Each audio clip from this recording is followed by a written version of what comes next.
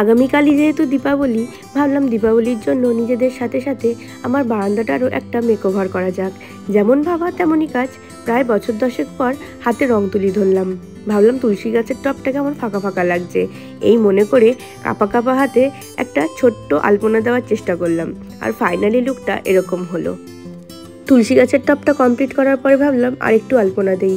কোথায় দেবো, কিভাবে দেবো, যদি ছড়িয়ে ফেলি সেই ভয়ে আর অন্য কোথাও রিস্ক না নিয়ে এই ব্যালকনির ওপরেই ট্রাই করলাম। আর কালকে বাজার থেকে একটু দীপাবলির জন্য লাইটও নিয়ে এসেছিলাম। লাইট লাগানোর পরে আমার ব্যালকনির রূপটা ঠিক এরকম হলো। কেমন লাগছে তোমরা সবাই জানিও।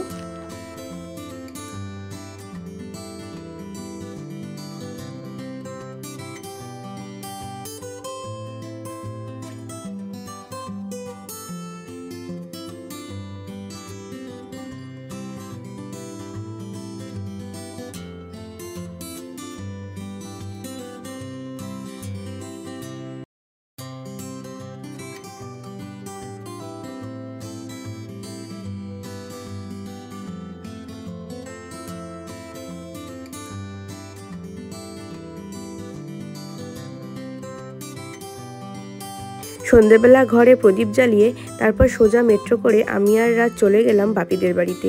আজকে বাপির জন্মদিন। আজকে যদিও না, জন্মদিন কালকে চলে গেছে। আজকে বাপি আমাদেরকে সবাইকে ডেকেছে, ও একটু নিজের হাতে রান্নাবান্না করে খাওয়াবে। সেই সকাল থেকে বেচারা রান্নাবান্নাই করে যাচ্ছে। যাই হোক, আমরা তো সকালে যেতে পারিনি, কারণ ঘরে একটু প্রদীপ জ্বালবো, আজকে দীপাবলির দিন। সেজন্য একটু সন্ধেবেলায় সমস্তটা কাজ সেরে আমরা সোজা পৌঁছে গেলাম নোয়াপাড়ায় বাপির বাড়িতে। আর এখন যেহেতু এয়ারপোর্টের মেট্রো চালু হয়ে গেছে, তাই বাপির বাড়ি যাওয়াটা আমার জন্য খুবই ইজি। একদম বাড়ির সামনে থেকে মেট্রো ধরে একদম বাপির বাড়ি। আমি পৌঁছানোর সাথে সাথেই বাকিরাও পৌঁছে গেছিলো। আর পৌঁছানোর পরেই আমাদের প্রধান কাজ হলো যার জন্মদিন তাকে গিফট দেওয়া। এটা শুধু বাপি বলে নয়, আমাদের বন্ধুদের যার জন্মদিনেই আমরা যাই তাকে তার জন্য থাকে একটা স্পেশাল গিফট। সেটা গিফট কম, মজা বেশি, স্মৃতি বেশি, আনন্দ বেশি। আসলে এই গিফট দেওয়াটাই আমাদের একটা ইভেন্টে পরিণত হয়।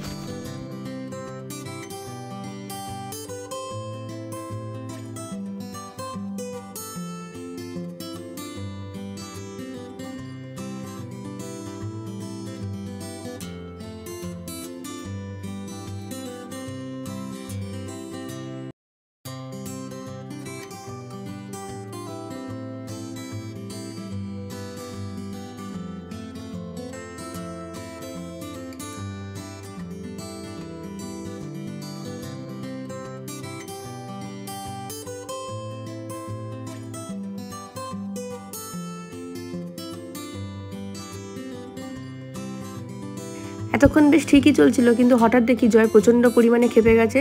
হঠাৎ করে ও ভীষণ রেগে গেছে। আর জয়ের রাগ থামানোর জন্য কাকিমা রীতিমতো ওকে বোঝাতে বসে পড়েছে যে দেখ জয়, এরকম তুই বুঝিস না, এরকম তুই করিস না। কিন্তু জয় কিছুতেই বুঝবে না। জয় হচ্ছে ও যেটা বলবে সেটাই ঠিক, বাকি সবাই ভুল। আর জয়ের বক্তব্য শোনার জন্য আর বাকি সবাই দাঁড়িয়ে পড়েছে। সবাই রীতিমতো গান চালিয়ে রীতিমতো মানে একটা দর্শক মহল তৈরি হয়ে গেছে জয়ের চারপাশে। আর আমি জয়ের বক্তব্যগুলোকে রীতিমতো ভিডিও করে যাচ্ছি, তাতেও জয় প্রচণ্ড ক্ষেপে গেছে।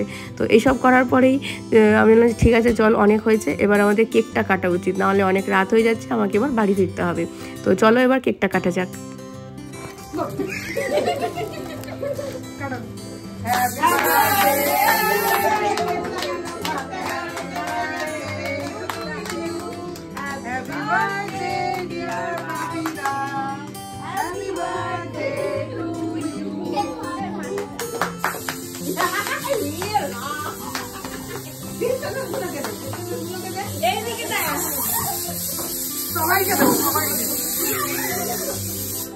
না এখনো আছে, পরে করবো।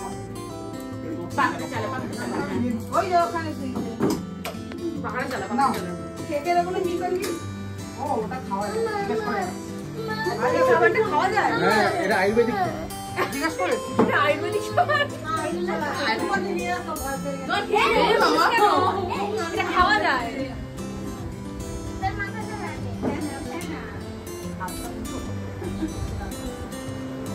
এ বাপিদা, তোমাকে দাও একটু। সব ক্রিমগুলোকে না কেটে দিয়ে টেস্ট করে। আরে এরপর থেকে কেক আনা যাবে না। এবার নিয়ে আনবো শুধু। এবার দিয়ে লাইটটা শর্ট করে নিবি। তাহলে রেজাল্ট দাও। আমাকে দিতে হবে। মা জগতের মা গালে কুড়াকু দাঁড়া হবে কি করে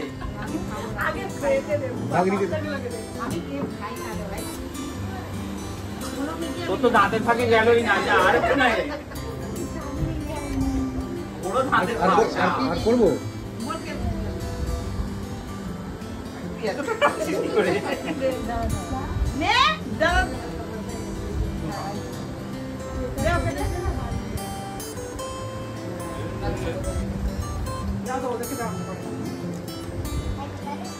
হ্যাঁ বাকি দেখো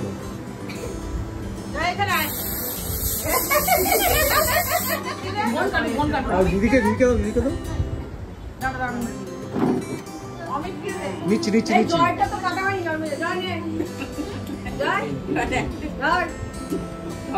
হ্যাপি বার্থডে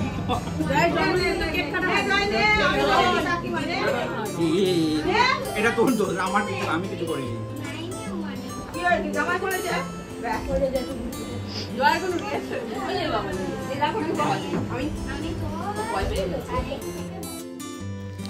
কেক কাটার পরেই আমাদের খাওয়া দাওয়ার পর্ব শুরু, কারণ এরপরেই আমাদের বাড়ি ফিরতে হবে, কারণ অনেকটাই রাত হয়ে গেছে। আমি আর রাজ একা ফিরবো। আর বাপি সকাল থেকে আমাদের জন্য রান্না করেছিল ইয়াম্মি মিক্সড ফ্রাইড রাইস আর হচ্ছে চিলি চিকেন। জেনারেলি ও করে অন্যবার বিরিয়ানি করে, চিকেন চাপ করে, কিন্তু এইবার দেখলাম বেশ বিরিয়ানিটা বাদ দিয়ে এবারে দেখলাম ফ্রাইড রাইস করেছে। ও বিরিয়ানিটাও যেমনি করে সেরকম ফ্রাইড রাইসটাও করে, জাস্ট তুলনা হয় না। তো আমরা মন ভরে পেট ভরে খেয়ে দিয়ে তারপরে আমরা বাড়ির পথে রওনা হবো। আমার মামানি বলছে কি আন্টি বাপি এখন রান্না বান্না করছে, বলছে বিরিয়ানি করছে বাপি। আমি বলেছি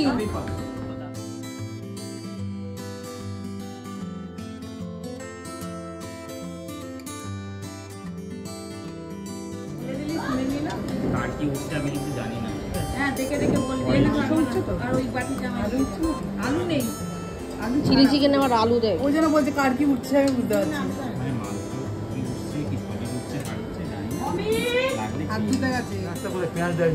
পেঁয়াজ দেয়নি, সত্যি কথা, এটা আমারই ভুল।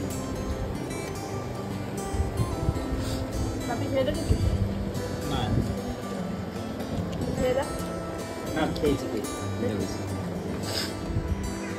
Hello guys